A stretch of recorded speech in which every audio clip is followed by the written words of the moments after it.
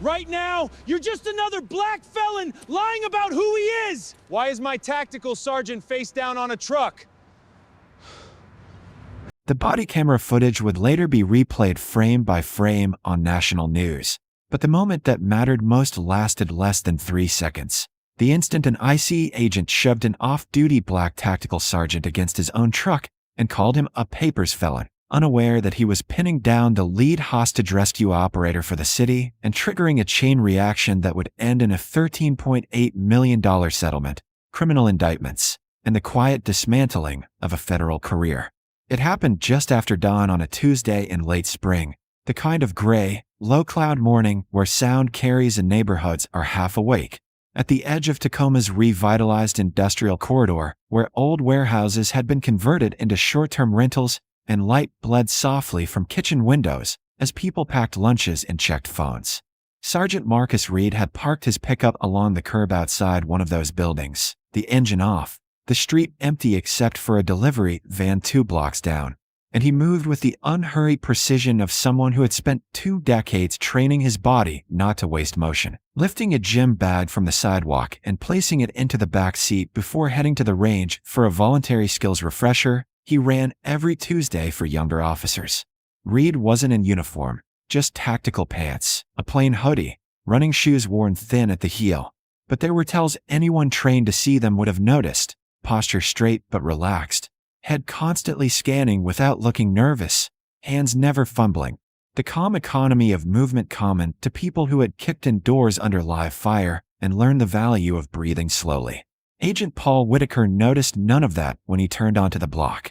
Whitaker had 11 years with IC enforcement and removal operations, a commendation-heavy file, and a reputation among his peers for decisiveness, which in practice meant he trusted tips more than procedure and believed hesitation got people hurt. The tip had come in less than an hour earlier, anonymous but detailed enough to satisfy his internal bar for action: undocumented felon, prior weapons involvement, staying temporarily at a rental near the industrial corridor, early morning movements. Whitaker liked early mornings: fewer witnesses, fewer supervisors, more control. When he saw Reed by the truck, black man alone, gym bag, no visible uniform, something in his mind clicked neatly into place, confirmation bias locking in before verification ever had a chance. He pulled his unmarked SUV in fast and tight, blocking the truck's rear bumper, gravel crunching louder than necessary, and stepped out already speaking, voice firm and practiced. "Hands where I can see them. Don't move." Reed froze, not out of fear but training, hands rising slowly, palms open, body angled slightly away from the vehicle to show compliance, and he turned his head just enough to make eye contact without staring. "What's the issue, Agent?" he asked, voice level, almost conversational. The calm irritated Whitaker instantly. He closed the distance, one hand hovering near his sidearm, the other gesturing sharply. "ID now." Reed didn't reach for his pockets. Anyone who had ever been briefed on use of force encounters would recognize the calculation. Reaching unprompted could escalate things fast. "Before this goes any further," Reed said, "you need to tell me why you're detaining me." Whitaker heard defiance where there was caution. He stepped closer, crowding Reed's space, the camera on his chest capturing the narrowing gap and the shift in his tone. "You match the description of a felon with no legal status," he said.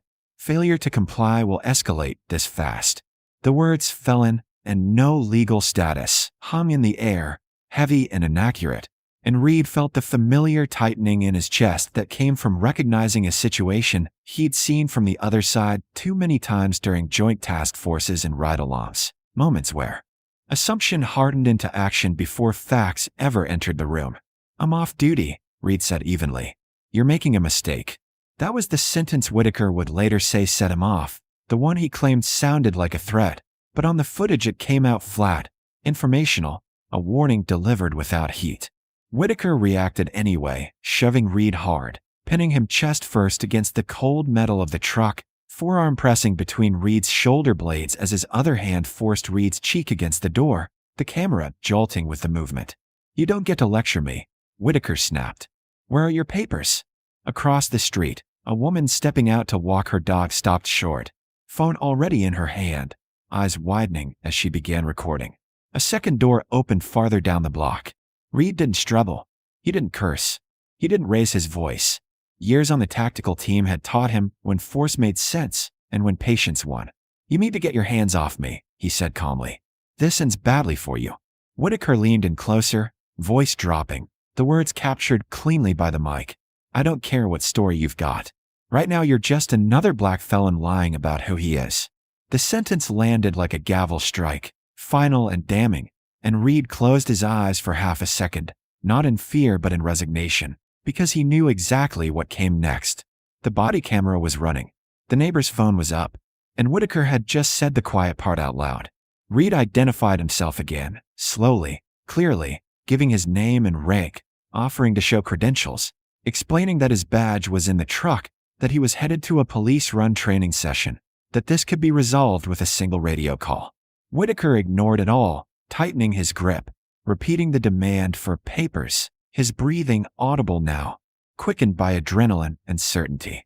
When IC backup arrived 3 minutes later, sirens muted but lights flashing, the scene had already shifted from a simple stop to something far more public. A local sheriff's cruiser rolled in almost simultaneously, called by the neighbor who recognized Reed from community events and department briefings, and the deputy's first words, "Why is my tactical sergeant face down on a truck?" cut through Whitaker's authority like a blade. Reed was uncuffed. Credentials were verified in under 30 seconds. The mistake was undeniable, but Whitaker didn't apologize. He argued, citing reasonable suspicion, officer safety, procedure, anything that might stitch together a justification after the fact. The cameras kept rolling, and as Reed straightened his hoodie, rubbed his cheek, and looked around at the small crowd that had gathered, he knew this was no longer just about him. It was about a system that let a federal agent decide, in seconds and without verification, who belonged and who didn't, and about how expensive that decision was about to become. By the time the second IC vehicle pulled away and the sheriff's cruiser idled at the curb, the street no longer belonged to the quiet rhythms of a weekday morning but to the low, electric hum of consequence. Cameras still raised, neighbors clustered in doorways, and Sergeant Marcus Reed standing beside his truck with his hands finally free, jaw tight not from anger, but from the controlled effort of staying professional while his pulse hammered behind his eyes. Whitaker paced a few steps away, voice rising as he spoke to his arriving supervisor, insisting the stop was lawful, insisting Reed had been evasive, insisting that off-duty was exactly what undocumented felons claimed when cornered, and every word sounded worse than the last when played back through the microphones clipped to chests and lapels. The sheriff's deputy asked simple questions. Why didn't you verify identity? Why didn't you run plates? Why escalate force? And Whitaker answered them defensively, never once acknowledging the obvious, never once saying the word mistake, while Reed stood quietly, identifying witnesses, noting badge numbers, asking, politely, for the preservation of all body cam footage, the tone of a man who had written after-action reports on far more violent encounters, and new documentation was everything. Within an hour, the incident report had already grown unwieldy. The language strained as supervisors attempted to reconcile what Whitaker claimed with what the footage showed, and by noon the city attorney's office had requested copies, a routine request that carried an unmistakable edge. Reed went to the range anyway, ran the training he'd promised, corrected grip angles, reminded rookies about trigger discipline and breathing under stress, all while his phone vibrated in his pocket with messages he didn't read until later, because he understood something Whitaker didn't. You don't let the moment pull you out of who you are. The video surfaced online that evening, first posted by the neighbor with a simple caption, "ICE agent detains off-duty police sergeant in his own neighborhood," and then shared, downloaded, reposted, the words, "Papers Felon," looping endlessly beneath Whitaker's face as comment counts exploded and local news stations cut packages overnight. By morning, the department had issued a holding statement. ICE had placed Whitaker on administrative leave, and Reed was sitting in a conference room with attorneys who spoke in careful, precise terms about civil rights, federal jurisdiction, and patterns of conduct, sliding printed screenshots across the table showing Whitaker's prior stops, the disproportionate numbers, the internal complaints closed without discipline, the warnings buried under commendations for productivity. Reed listened more than he spoke, answering questions directly, correcting timelines, emphasizing that he hadn't resisted, hadn't threatened, hadn't raised his voice, because he knew the defense would try to reframe the encounter as mutual escalation, and he was determined not to give them even an inch. Depositions followed quickly, Whitaker's first and worst, where under oath he attempted to explain why a man who identified himself as law enforcement, who offered credentials, who stood calmly and complied with commands, still read as a threat in his mind. And every answer circled back to the same hollow logic: training, instinct, safety, words that sounded increasingly thin as attorneys played the footage again and again, freezing on moments where Whitaker ignored information, where he chose force over verification, where his language betrayed exactly what had guided his hand. Internal emails surfaced during discovery, casual exchanges with colleagues about good collars and easy stops, jokes that read very differently under fluorescent lights in a federal conference room, and a supervisor's note praising Whitaker's initiative in high-discretion encounters now highlighted in yellow as evidence of systemic failure rather than individual error. Reed testified once, calmly, describing the sensation of being pinned against the truck, the way time narrowed, the deliberate choice not to react, because he'd trained his entire career to recognize when ego made situations lethal, and because he knew that if he had flinched, if he had raised his voice, if he had asserted his rank too aggressively, the narrative would have shifted instantly against him. The courtroom was quiet when he finished, a silence that carried weight, and the judge's questions afterward were few but pointed, focused on why verification had not occurred, why an anonymous tip had outweighed observable facts, why a federal agent believed his authority excused ignoring clear identification. As the weeks passed, Whitaker's position deteriorated rapidly. Supervisors distanced themselves, internal affairs widened its scope, and a federal grand jury was convened to examine whether the conduct rose to the level of criminal civil rights violations, a development that turned what might have been a quiet settlement into something far more dangerous for him personally. Reed continued working, continued leading the tactical team, continued showing up at community meetings where residents asked him, softly, sometimes angrily, why this kept happening, and he answered honestly, saying the problem wasn't one bad agent, but a culture that rewarded action over accuracy, confidence over competence. When the settlement negotiations began in earnest, the numbers climbed quickly, driven by the clarity of the footage and the breadth of the evidence, and ICE's attorneys pushed for silence clauses and no admission language, while Reed's team insisted on policy changes, training mandates, and public accountability, understanding that money alone wouldn't fix what the video had exposed. By the time the figure reached $13.8 million, Whitaker had already been indicted on charges related to deprivation of rights under color of law and false statements. His career effectively over, his name now a case study rather than a credential, and Reed sat across from city officials discussing how the funds could be used not as a victory lap, but as leverage, scholarships, training programs, oversight mechanisms, because he had no interest in being remembered as the man who got paid, only as the man who stood still long enough for the truth to record itself. The end of the story didn't arrive all at once, and it didn't arrive loudly. There was no single dramatic verdict, no collective gasp in a packed courtroom, no cinematic final exchange. Instead, the conclusion unfolded the way real institutional consequences usually do, slowly, methodically, through paperwork, policy memos, closed-door meetings, and careers quietly collapsing under their own documented weight. By the time the settlement became public, the outcome already felt sealed, not because of outrage or politics, but because the evidence had been too clean, too complete, too impossible to explain away. Every camera angle told the same story. Every transcript reinforced it. Every attempt to reframe the incident failed under even minimal scrutiny. ICE issued its statement on a Monday morning, carefully drafted, legally sanitized, emphasizing resolution without admission of wrongdoing, cooperation with oversight bodies, and a commitment to improve training. What the statement did not say was that Agent Paul Whitaker had not walked into a federal building wearing his badge for weeks, that his access credentials had been quietly deactivated, that his name no longer appeared on active rosters, and that internal emails now referred to him exclusively in the past tense.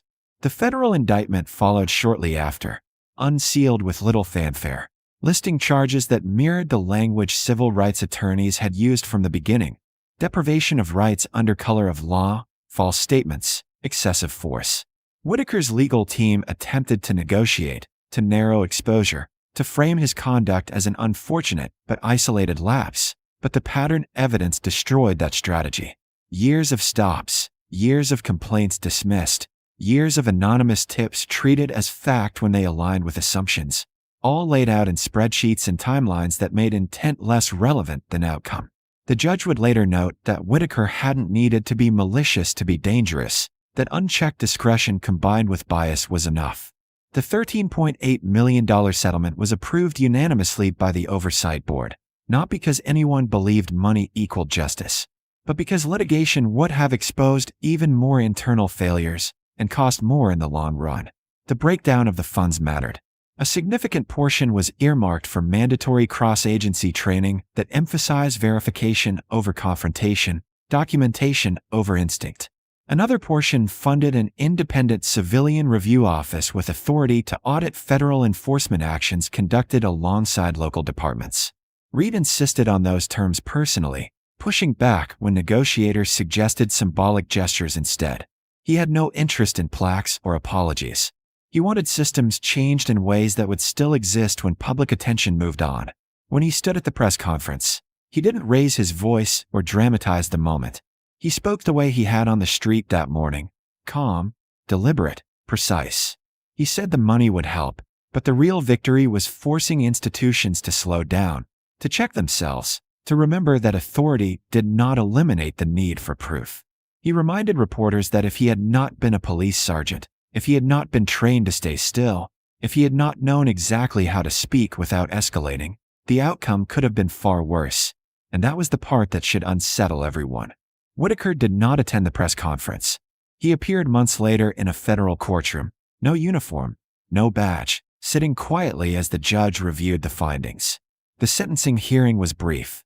There were no character witnesses from his agency, only letters submitted by his attorney citing years of service and prior commendations, documents that felt hollow when contrasted with the video that played once more before the court. When the sentence was handed down, it landed without spectacle, the kind of judgment that ends not just a job but an identity, and Whitaker was led away without saying a word. His name would live on in training materials and case law, referenced not as an anomaly, but as an example of what happens when discretion goes unexamined. Reed returned to work the same day the settlement was finalized. He ran a training scenario that afternoon, standing in front of a room of younger officers, some of whom had watched the video dozens of times online before ever meeting him in person. He didn't dwell on the incident. He used it as context, not content, reminding them that the most dangerous moment in any encounter is the one where you stop asking questions because you think you already know the answer. He emphasized that cameras were not enemies, that documentation was protection, that slowing down was not weakness. The department incorporated the incident into its official curriculum within the month, not as a viral clip, but as a case study, stripped of commentary, letting recruits watch the unedited footage and draw conclusions before instructors broke it down frame by frame. Complaints dropped noticeably in the following year. Not to zero, never to zero, but enough to show that change, when enforced, mattered. The neighbor who filmed the encounter never sought attention. She declined interviews, declined invitations to speak at events, accepted only a brief letter acknowledging that her decision to record had preserved an accurate record of events. She went back to walking her dog on the same block, passing Reed's truck some mornings, exchanging small nods, nothing more. The street returned to its routines. Packages on porches, cars starting before sunrise, people coming and going. To an outsider, nothing had changed. But inside federal and local agencies, procedures had shifted. Anonymous tips required secondary verification. Joint operations required written confirmation of authority and scope. Body camera audits became mandatory rather than discretionary. None of it eliminated bias. None of it promised perfection. But it raised the cost of assumption, forced friction where there had once been momentum, and made it harder for a single agent's certainty to override reality. Reed still parks on that street some mornings. He still loads his gym bag into the truck with the same measured movements. He still scans his surroundings without appearing to. The difference now is not in his behavior, but in what follows it. No unmarked vehicles pull in behind him. No voices demand proof of belonging. The cameras are still there, quietly watching, waiting, not as a threat, but as a record. And the lesson remains, written not just in policy manuals and settlement documents, but in a simple, unremarkable block where one man stood still long enough for the truth to become unavoidable. Authority must be verified, assumptions must be challenged, and some mistakes are too expensive to repeat.